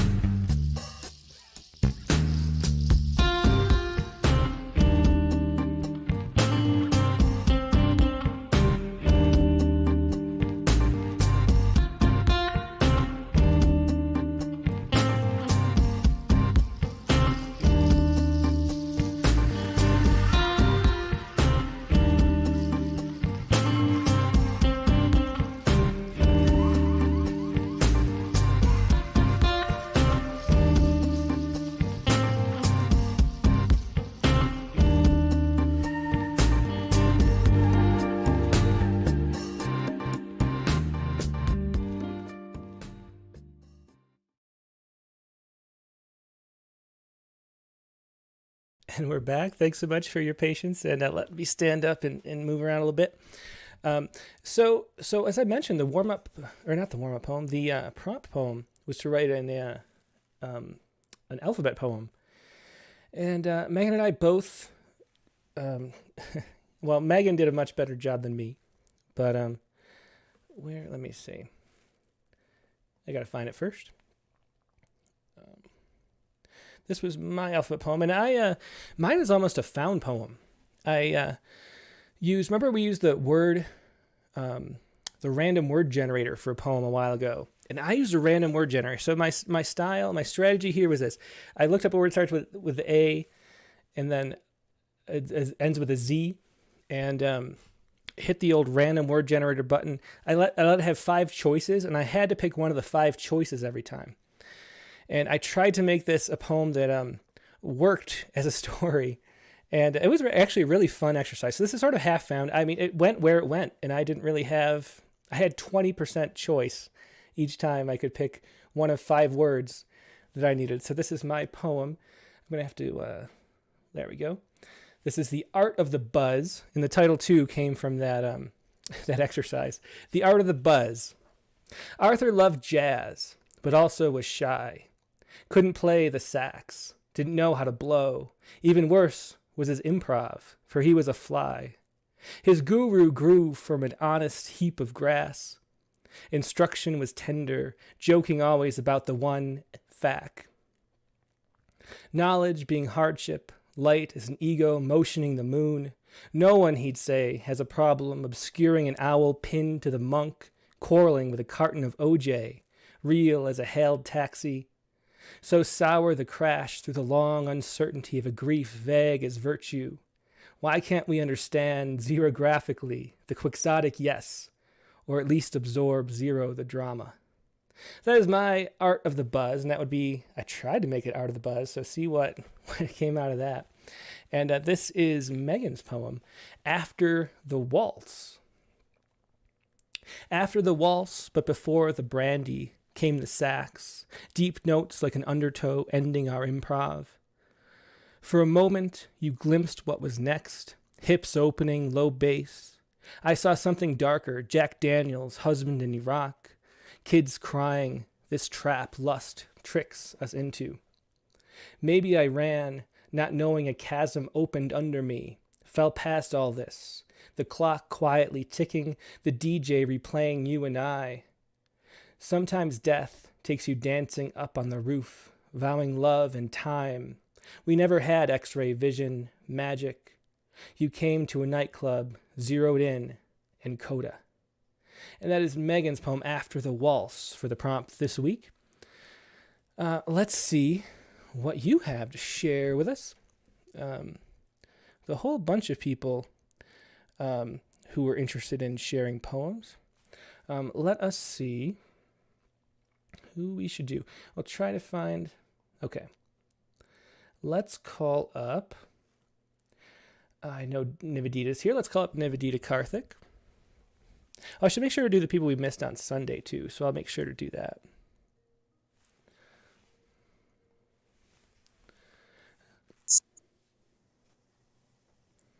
Hello, Nivi. How are you doing tonight? Let me, 1 second. There you go. Oops. How you doing tonight? Hey, Tim. I'm doing great. Thank you. How about you? I'm doing good. Let me, I can't pull up. There it is. No, that's not it. So I'm trying to fix your, Okay. There it is. I found it. Okay. There's a lot of little windows on this monitor. Okay. So what do you have for us? And how are you doing tonight, first of all?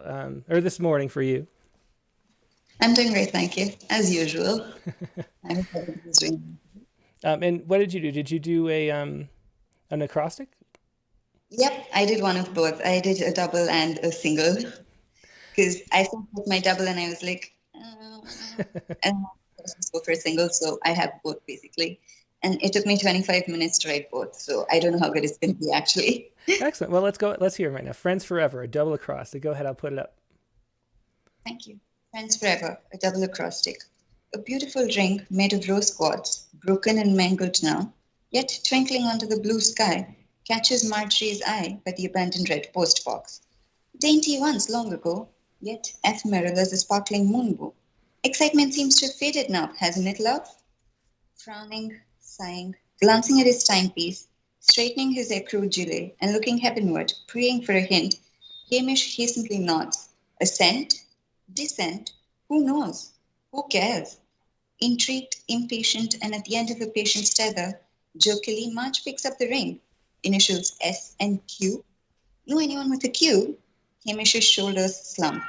Long day, lonely path in the woods, no respite, breakfast was eons ago. And in the middle of this untrodden path, now a new acquisition, neither worthy of time nor effort, this now worthless gem overtakes an otherwise lovely morning stroll. Perhaps Q is for Kate. No, wait, that's a K.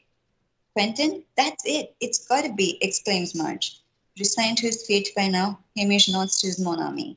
Sarah could be her, a surprise offer from Hamish. That's it then, the end. Story time's done with the pocketing of this ring. Under the blue sky, the friends stroll on, engaged in thoughts of what if. Voicing my dreams will make them shatter and explode. Walking onward to the noisy squawks of an angered Zine, to would-be amours in complete inner panic, yearn for what they didn't have the courage to grab.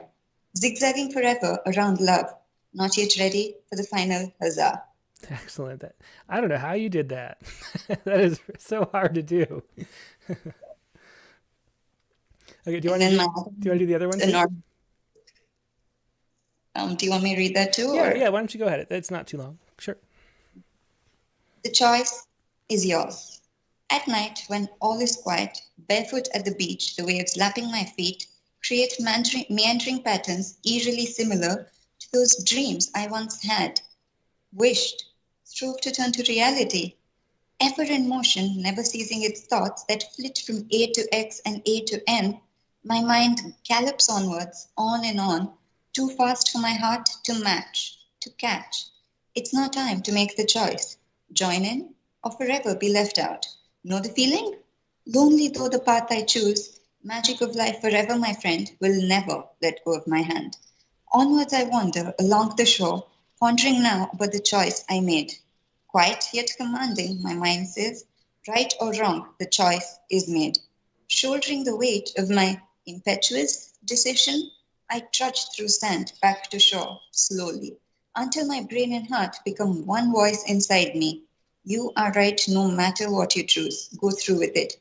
Xylophones strum a victory march inside me as I yield to the supreme intuition that lives inside me, just resisting the urge to yell, Zenith, here I come.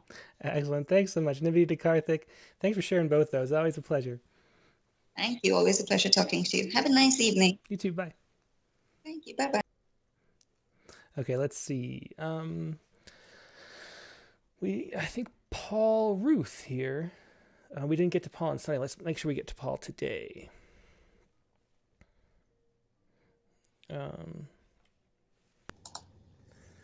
Hello. Hey, Paul. How you doing? I'm pretty good. How are you? I'm doing great. So what do you have for us? So I have a poem from last Sunday. So this is about the news.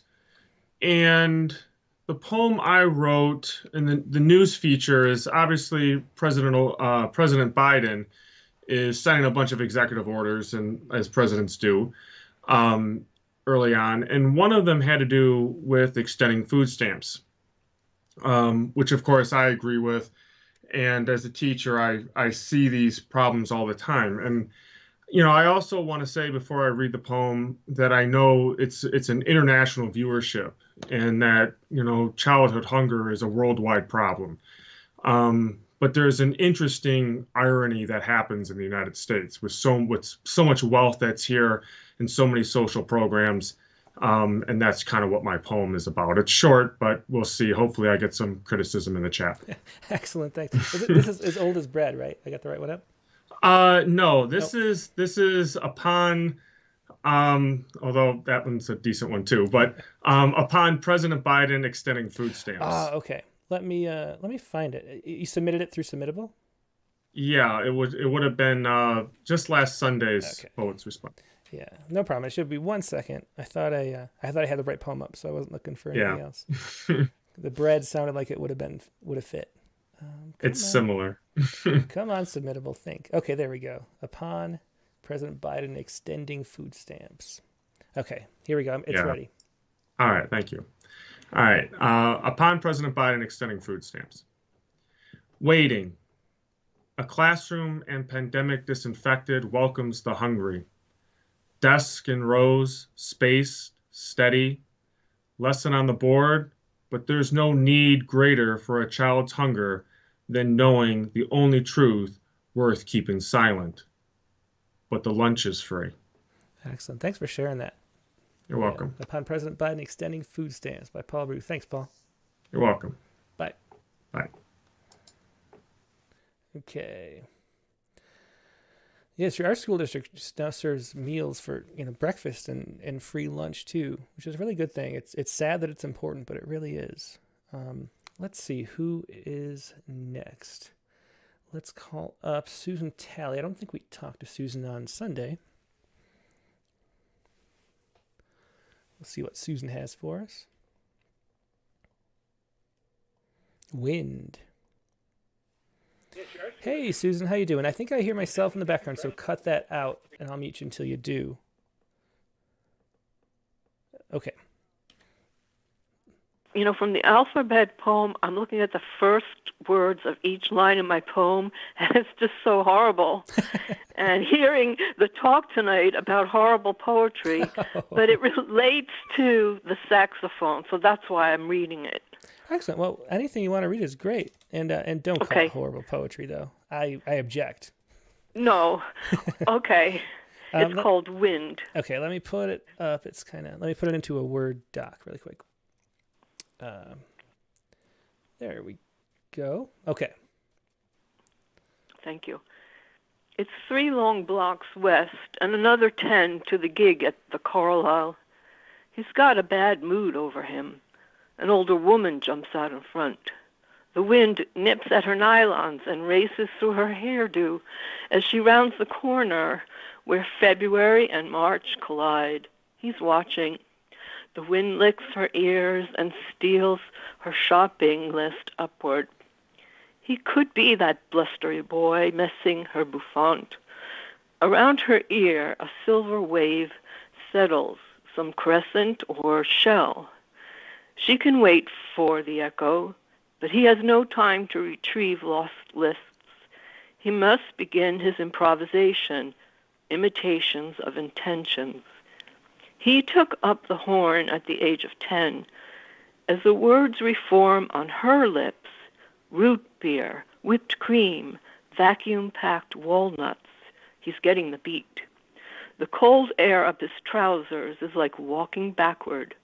Root beer, whipped cream, vacuum-packed walnuts.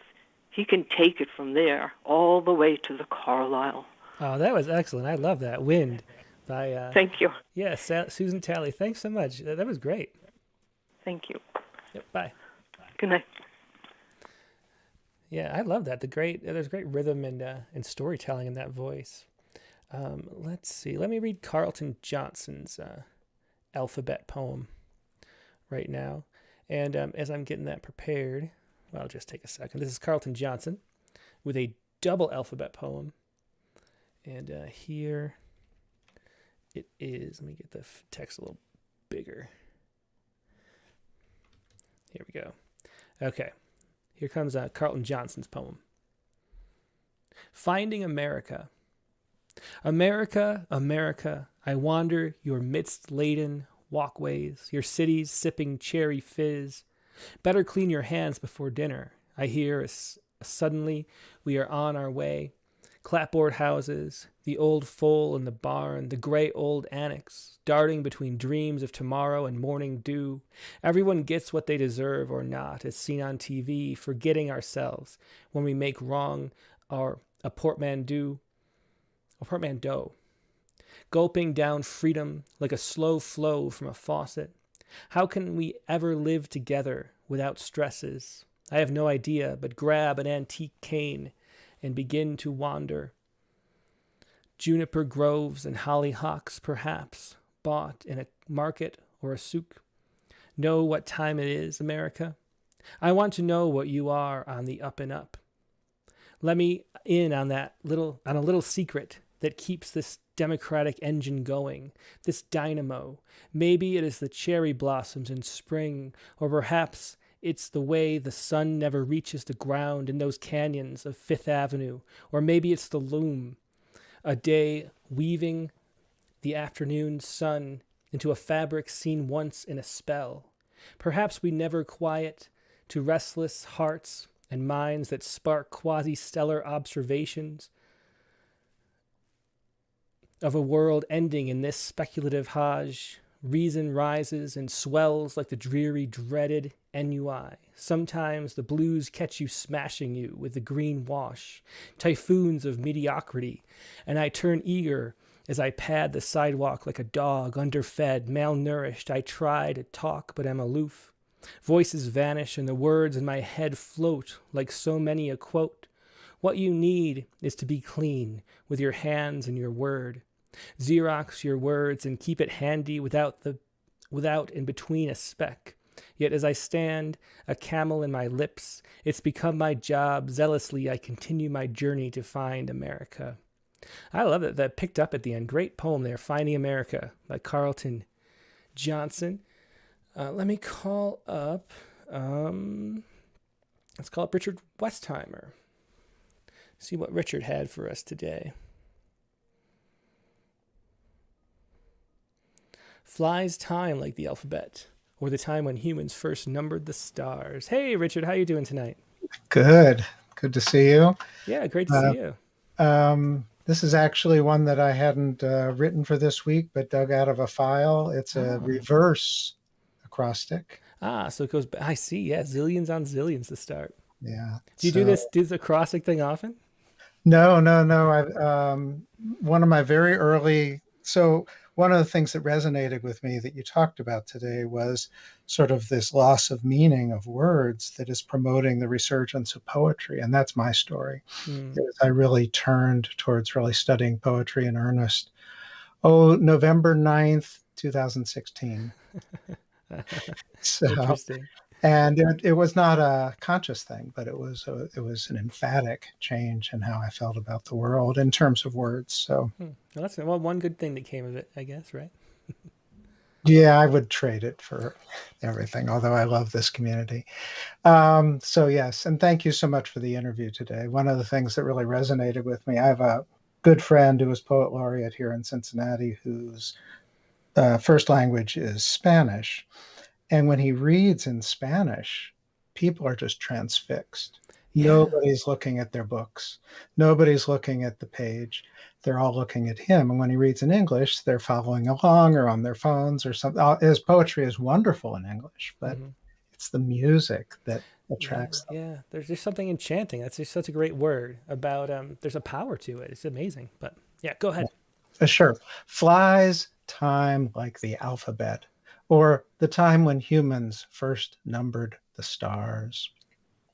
Zillions on zillions, I heard them keen, yet there are more as yet unseen. In xeric heaven's boundless breadth, wrought by not by hand, nor thought, nor breath. The void, a singularity unseen, until light's dust did intervene, with tangled waves and rays set sail, spangled star-shone milky veil, revealed now just unto itself, quantum, time, and thought and wealth, passion born by every orb, newly lit and now turned toward the mystified, earth's new guests, lost in their wondrous bequest, knighted now with astral awe, just in time to heed the call inward now. The guests return, heeding more mundane concern, like gathering food and love and sleep, finding refuge from the deep, exhuming words from their minds, just born, discovering the pain to mourn, and now called again to look on high, believing in that brilliant sky, abiding what is and is not seen. Zillions on zillions, I heard them keen. Oh, excellent. I love the meter and also that repetition there at the end. Great poem. Thanks, Richard. Thanks, Tim. Appreciate it. Yep. Good night. Bye. Okay, let's see. Next up, we will do, let's call Diane Knox, or Diane Knox hasn't been on in a while. Let's call Diane.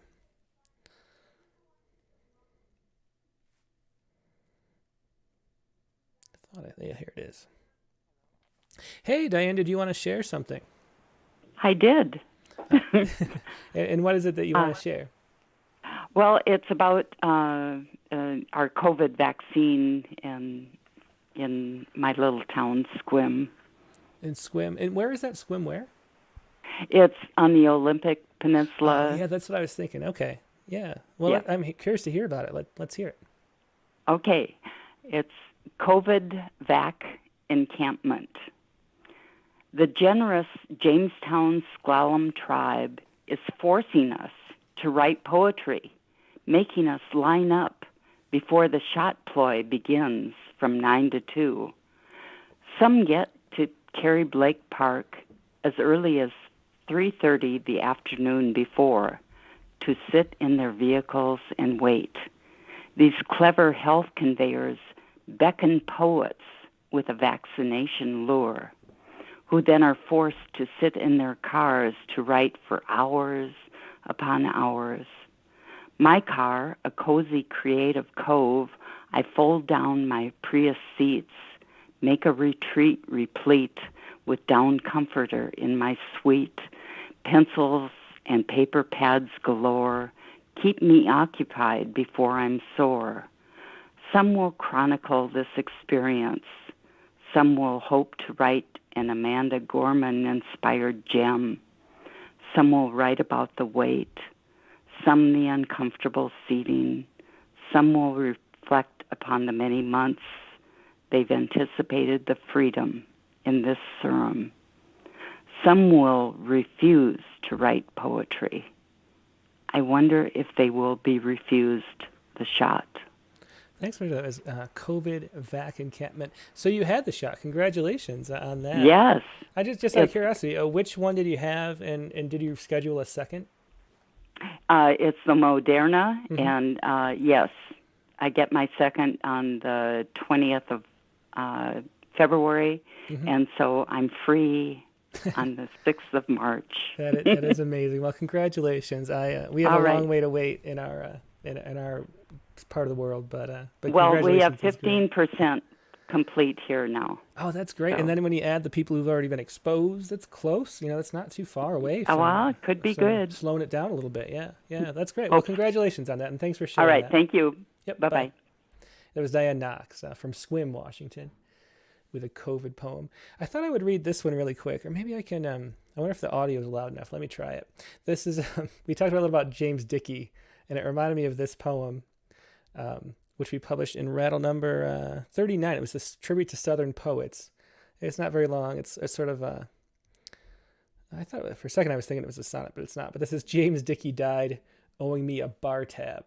And let me, if this isn't loud enough, I will read it myself. But I think it's loud enough. Here we go. James Dickey died, owing me a bar tab. James Dickey died owing me a bar tab. James Dickey died owing me a bar tab. James Dickey died owing me a $70 bar tab I picked up for his vivid, drunken self and hammered protégés somewhere in I forget where, goddamn South Carolina. No house booze for them, strictly top shelf. I have alternately gloried in this and resented it for however many years, trying to decide whether a brush with fame, sweating and profane as it was then, was worth the tribute of a couple of beers. When I read The Heaven of Animals, though, the 90th time, I think it is all right. I think I should have bought him something further to take home, something to comfort him through the poem-haunted night.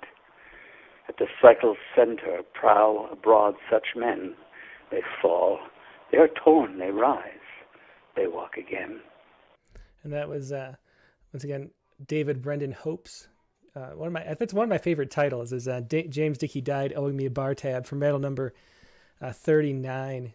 And as everybody was talking about James Dickey and telling their James Dickey stories in the chat window, I was thinking about that poem and trying not to laugh. I love that title, and a good poem.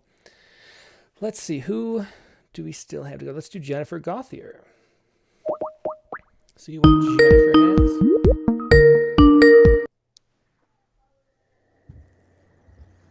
Hey, Tim. Hey, Jennifer, how you doing? I'm good. How are you? I'm great. And what do you have for us tonight? Well, I thought I would share my double acrostic that I did for this week. Excellent. Okay, let me put it up into a little document really quick. And do you want anything about writing this? Is it the first time you've tried it? Yeah, it is the first time I've tried it, and I really enjoyed doing it, actually. It was a lot of fun to have the kind of the parameters that I had to go by. And I will say that I think the hardest line for me was let's see, it was the H and the J, I think. Let me see if I can, yeah. But the reason it came about is because I thought of the ending the line with Q, and I thought of the word shack, and then tried to make my poem around how I could incorporate shack into my poem. So this is my alphabet acrostic on Adolescence for my son, Jack. Interesting. Okay, go ahead. After 13 years of living with him, I notice on his lip some peach fuzz, but he remains quiet about any changes that are happening in his body. Can I be the cool mom who doesn't approach everything with a fix? Doing so will take a lot of self-control and the ability to silence the wow. Each day, I wonder if his hormones are beginning to rev. Forget it, Mom. I can't discuss this with you. Go to your dad, I say, if you have anything to ask about. He doesn't respond, just laughs. I return to my own cares, bodily changes as I get older. Just as I shrink, he is getting as tall as Shaq. Kids will grow up. Letting them is part of the parenting scenario. My mother raised me alone and probably wished for some help with the teen. Now at least I have his dad on my team. On a good day, we get along really well. Play cards, go for bike rides, take the dog for a walk. Quintessential family activities. Then other days, he acts like a Raj, rejecting rules, mercurial, refusing all food but macaroni. Seething with emotion, he seems childish. Tomorrow, he'll wake up singing. Underneath all the changes, he's still himself. Vivacious, silly, and wildly creative. Wise in ways we would never have imagined. Xenotypic almost in his grasp of the comic. Youth in the past, he greets age with aplomb. Zealously pursuing his flight from juvenilia. Oh, that was excellent. I'm really impressed with all these alphabet acrostic, the double ones. They're so hard. How are you guys doing it? But you are. Good job. Thanks for sharing that.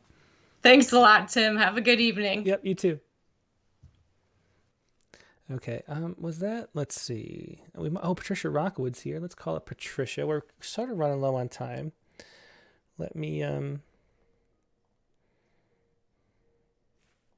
let's see. Caitlin, are you here? I have a poem from Caitlin too, but I don't see a message. Anyway. Hey, can you hear me? Patricia, are you there? Yeah, I'm here. Ah, hello. Okay, so what do you have for us? I have the double acrostic, a rose to the challenge. Excellent. Let's see. Let's see. Yeah. Oh, here it is. Okay. I have video. No, we don't have your video yet. If you want to turn it on, go ahead. Okay, let me try to manage this here. Share your screen. Okay. Well, if not, it's fine without it. Like Dana Gioia likes to do. Here we go. Ah, okay. How's that? Perfect. Hello, good to see you. Hey, hi. So this is a boat ride on Dal Lake. On Dal Lake. So I have to explain a couple of things. Shabazz is a Kashmiri word that means come on or let's go. I think. I could be wrong about that. And in the last line, a shikara is a is a Kashmiri boat that looks a little bit like a gondola. And they whiz around the lake on those things. And the tourist ones have a kind of a couch in the middle that the tourists ride in. And that's what I'm sitting on in the boat ride. And I kind of cheated a little bit because it was really hard to think of words that ended in Q. Yeah. So that was my worst one, I guess. But so here goes. Okay. A boat ride on Dal Lake. Ahmed yells Shabazz before jamming his pole into the murky, caramel-colored mix. Dal Lake churns and waves froth at our prow, even as Ahmed, who, like Nureyev, feet balanced like a dancer on the narrow stern, at home in his milieu, gyrates with his pole to skillfully guide our boat headlong into the lotus fields. I'm sitting wide-eyed, his passenger, joints coddled on a plush banquette, gently rocking, is its own trank. Knowing this, Ahmed slows to a crawl. I hear the gentle lap of waves on the hull, gaze down into water the color of espresso, muse on how the perfect round lotus leaves. But then nothing prepares me for the shell-pink flower itself. I'm over the side, practically, aching to touch every luminous petal. Pure delight, I look and look. Queens may have their Taj, royals have nothing on me as I savor this splendor. Each time it's new, the memories giving up their secrets of valor and grace. Wherever my feet tread, Zurich or Lush, this water music, yearning and deep, I will absorb. Zeitgeist nostalgia, a boat ride in Ahmed's Shikara. Excellent poem. I love that. Another journey of a poem, a boat ride on Dal Lake. Thanks so much for sharing that. And that was Patricia Rockwood once again. Thanks, Patricia. Thanks. Good night. Good night. Okay. Well, we are pretty much running out of time here. Let's see. So Danny Mask reminded me, and thanks Danny for this, that for reminding me, the deadline for the Acrostic Challenge is January 31st this month. Of course, it's the last day of every month. And the artist for the Acrostic Challenge this month was none other than Danny Mask, who is here very frequently on the Rattlecast and Critiques of the Week and all that stuff. And this was his photograph that we used for the Acrostic Challenge. So Danny is going to be the judge of the one of the winners, the artist's choice. And so maybe he wants bribes or something. Maybe that's why he wants me to mention it. Feel free. Well, actually don't. But that is Danny's photograph, those ripples in the water bucket. For those watching at home, a beautifully simplistic image. I really like this. I'm really curious to see what people write about. And of course, you can go to rattle.com and click on the Acrostic Challenge page and find the link to submit a poem about this painting. Now, the prompt for next week is going to be, let me pull that up. We gave a very complicated one last week. This one's much simpler. It's just a narrative kind of prompt. The prompt for this week is